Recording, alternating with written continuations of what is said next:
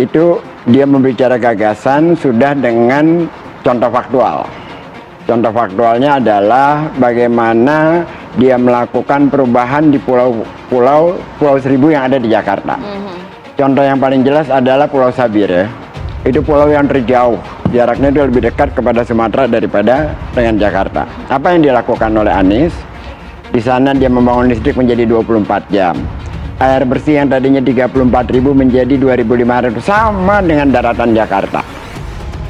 Apalagi yang lain yang dilakukan oleh Anies. Selama ini puluhan tahun orang-orang dari Pulau Seribu itu kalau belanja ke Pasar Keramat Jati, kelakannya. Lalu dibawa baru dijual sana. Ongkosnya kan jadi mahal. Apa yang dilakukan oleh Pemprov DKI pada saat Anies, dia pindahkan Jack Grosir itu menjadi di Pulau Tidung kecil, agar masyarakat di Pulau Seribu itu bisa belanja di pulau itu yang harganya sama dengan di Keramat Jati. Itu ongkos mereka menjadi lebih murah kan? Ya. Otomatis biayanya, jadi biaya kehidupannya jadi turun. Banyak komunikasi antar relawan, semakin banyak komunitas-komunitas lain berkomunikasi untuk mendukung Anies Rashid Baswedan sebagai calon presiden, semakin baik, dan semakin kami dari partai pengusung makin yakin bahwa Mas Anies diterima oleh masyarakat. Mas Anies memiliki dukungan, Mas Anies diterima oleh masyarakat. Nah, oleh karena itu deklarasi-deklarasi ini harus disebarkan kemana-mana. Mereka harus melakukan deklarasi-deklarasi bukan hanya di Jakarta, tapi juga di berbagai daerah di seluruh Indonesia. Pak Anies selama 5 tahun baik-baik aja, dan semua tahu kinerja Pak Anies, tidak banyak gembar-gembor, tidak banyak bicara, tapi menunjukkan gitu hasil kerjanya Pak Anies itu bisa dirasakan oleh warga setempat. Rakyat-rakyat lainnya juga kalau lagi menuju ke Jakarta merasakan juga tuh. Ya itulah politik gitu ya. Maksudnya begini, Pak Anies itu kan mempunyai gagasan ya, atau mempunyai visi misi yang sangat cemerlang, yang bisa diandalkan, karena Pak Anies itu kan ingin membersihkan negara ini dari korupsi, dari hal-hal yang tidak baik di dalam pemerintahan. Jadi kinerja-kinerja yang kurang baik, mungkin kalau Pak Anies jadi presiden itu ya pasti dipilih orang-orang yang berbobot yang baik. Pokoknya Pak Anies itu ingin menjadi perubahan lah, dicegal-cegal itu ya pasti tahu sendirilah gitu. Orang-orang yang mencegal-cegal itu yang punya kepentingan ya mungkin yang takut segala sesuatunya akan terbongkar, atau segala sesuatunya itu yang tadinya berjalan nanti bisa nggak berjalan, tapi mungkin bukan sesuatu yang baik untuk negara.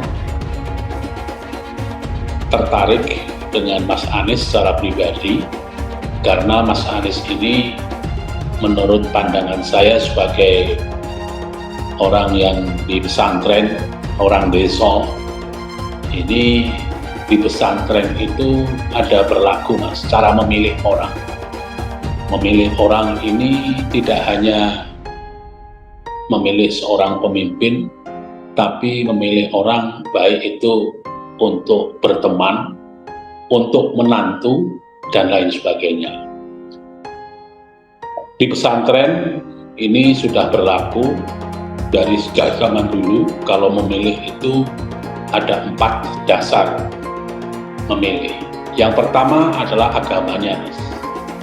Mas Indra sebagai seorang muslim tentu akan memilih istri, memilih menantu, ini dilihat dari agamanya, seagama atau tidak. 6 alasan membenci Anies Baswedan. Dikutip dari News Jakarta, penulis cerita sekaligus editor karikatur Indonesia Sultan Manggara Harahap mengungkapkan 6 alasannya membenci bakal capres Koalisi Perubahan untuk Persatuan Anies Baswedan. Namun, rupanya kebencian untuk Anies Baswedan merupakan satir. Pasalnya, sejumlah alasan yang diungkapkannya merupakan prestasi mantan Gubernur DKI Jakarta itu. 6 alasan membenci Anies Baswedan versi Sultan, yaitu terkait pembangunan JIS, pembangunan sirkuit Formula E, revitalisasi taman, pengurangan banjir, menjadi anggota Dewan Universitas Oxford, dan masuk dalam 100 tokoh intelektual dunia. Dan yang sangat disayangkannya adalah bakal capres PDIP sekaligus Gubernur Jawa Tengah, Ganjar Pranowo tidak bisa seperti Anies. Gua benci sama Anies Baswedan. 1. Kenapa dia bisa bangun JIS menggunakan kreativitas anak bangsa? Kenapa Ganjar tak bisa bangun stadion? 2. Kenapa dia bisa bangun sirkuit Formula E? Padahal sudah dijegal-jegal pembangunannya. Kenapa Ganjar tidak bisa bangun sirkuit yang sama? Ungkapnya dikutip dari Twitter _Sultan Mangara Rabu 14 Juni. 3. Kenapa dia banyak merevitalisasi taman dan lahan menjadi cantik? Kenapa Ganjar juga tidak bisa? 4. Kenapa dia bisa mengurangi banjir di Jakarta? Kenapa Ganjar juga tidak bisa? 5. Kenapa dia bisa diangkat jadi anggota Dewan Universitas Oxford? Kenapa Ganjar tidak? 6. Kenapa dia bisa masuk menjadi 100 tokoh intelek dunia, sementara Ganjar tidak? Lanjutnya, sementara itu Ganjar Pranowo ternyata mempunyai prestasi yang membanggakan ketika menjadi Gubernur Jawa Tengah, yaitu berhasil menurunkan angka kemiskinan di wilayah tersebut. Untuk diketahui, Jateng menjadi provinsi dengan penurunan angka kemiskinan terbanyak di Indonesia pada tahun 2021-2022. Sebanyak 102.000 jiwa berhasil diselamatkan dari bayang-bayang kemiskinan. Penulis cerita sekaligus editor karikatur Indonesia, Sultan Mangara Harahap, mengungkapkan 6 alasannya membenci bakal capres Koalisi Perubahan untuk Persatuan Anies Baswedan. Namun, rupanya kebencian untuk Anies Baswedan merupakan satir.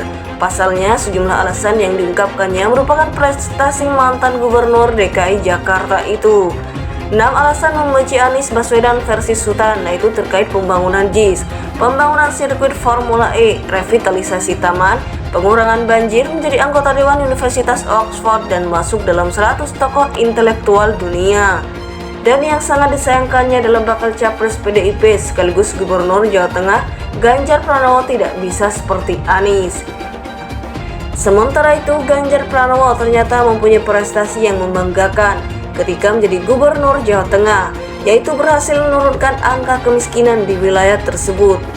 Untuk diketahui, Jateng menjadi provinsi dengan penurunan angka kemiskinan terbanyak di Indonesia pada tahun 2021-2022. Sebanyak 102.000 jiwa berhasil diselamatkan dari bayang-bayang kemiskinan.